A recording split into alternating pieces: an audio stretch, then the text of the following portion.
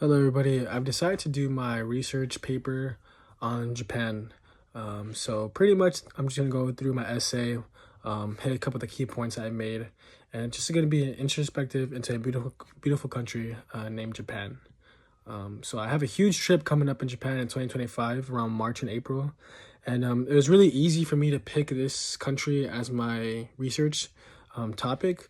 I had only known two major things about Japan going into it was the cherry blossom trees, and I know that they have really good authentic sushi.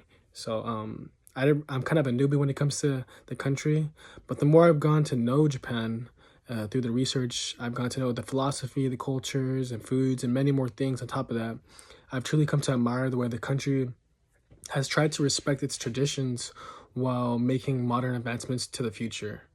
Um, and above in my picture, you can see that's a cherry blossom trees with Mount Fuji right there and a temple. So I just can't wait to be a part of that site and to be in the country in the future. So the population in Japan and the size of it is 145,902 square miles. So it's about the size of California. Um, there are over 6,800 islands in Japan, with 126.7 million people living and over 90% of those people living in urban areas. Tokyo being the largest amount of population, taking with over about 10.6%. Japan has one of the highest life expectancies in the world at 91.35 for females and 84.95 for males. There are two concerns for Japan coming right now: their population aging and the low birth rate. So just to skim past that a little bit and move on to other things that I've noticed was the currency in Japan, right? And the economy and how is it going right now.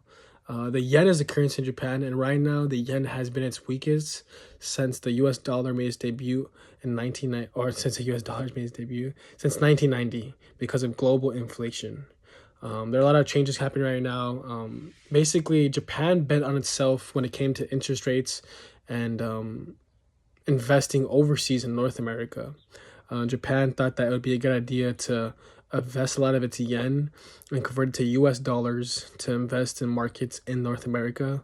What then happened, the interest rates began to rise. I'm not too familiar with the whole economy system, but from what I did research, it's still at a really weak spot right now as we speak. There's shortage of labor. Inflation looks like it's only going to increase in Japan. So Japan is in a recession. There's constant inflation and the weakened yen. It looks like Japan won't be considered the world's third largest economy, and Germany will overtake this position if things don't rise quickly. With a shrinking population, that means the GDP and even a stagnant GDP means that the per capita incomes are still growing. So just to hit on top of that, that was something that I found very interesting. So the goal that they want to hit for Japan is to strengthen the yen again, right? They want to make that more powerful as it once was before, and to reduce the government debt to zero, removing all stagnation in any types of government facilities or any types of government branches, right? That's the way they can do that. The Prime Minister of Japan is Fumio Kishida, and he was able to be sworn to office October 4th, 2021. And while he does make executive decisions, he does not hold power of the whole country. Japan has a parliament system for government and politics. A parliament is a gathering of elected individuals entrusted with the responsibility of making crucial decisions on behalf of the public.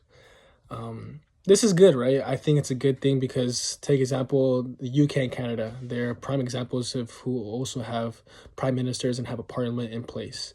Um, with my in my opinion, I think that's better in the government. I don't think there should be a president or one person making all of the executive decisions. I think it should be a diverse range of people that make the decisions. So Japan has that. They have the body, they have the diet, they have a national assembly, they have different local offices making those choices for the people. So to move on to something else that's pretty big in Japan is the food.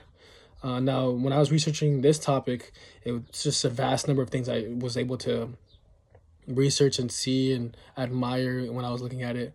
And the biggest things that I learned is that Japan has a lot of customs while eating, and Japan has different customs, right? They have low hanging tables or low tables on the floor, and you have to remove your shoes if you're going to enter a restaurant. It's kind of a custom there, right?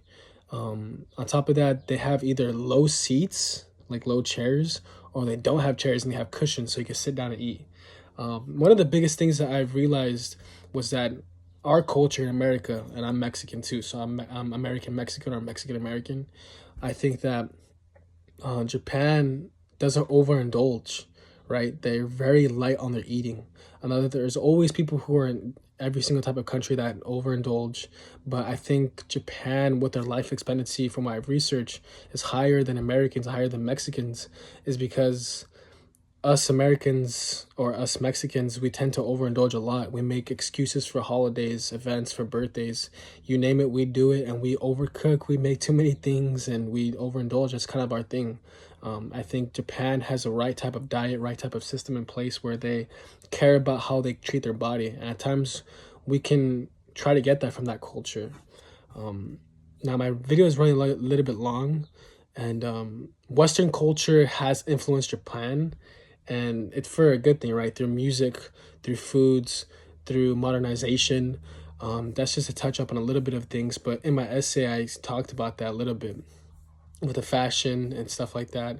Overall, I'm just really happy with the way I was able to just research this topic and all these topics in Japan, whether it be through the fashion, through the music, through the foods, through the culture norms, the historical figures, the current figures, or people who are so prominent in the past with their celebrities and stuff like that. Japan is just a beautiful culture, a beautiful country that I cannot wait to be a part of when I go in next year in March. Other than that, I just want to thank you guys for taking time to watch my video and reading my essay. So have a good day.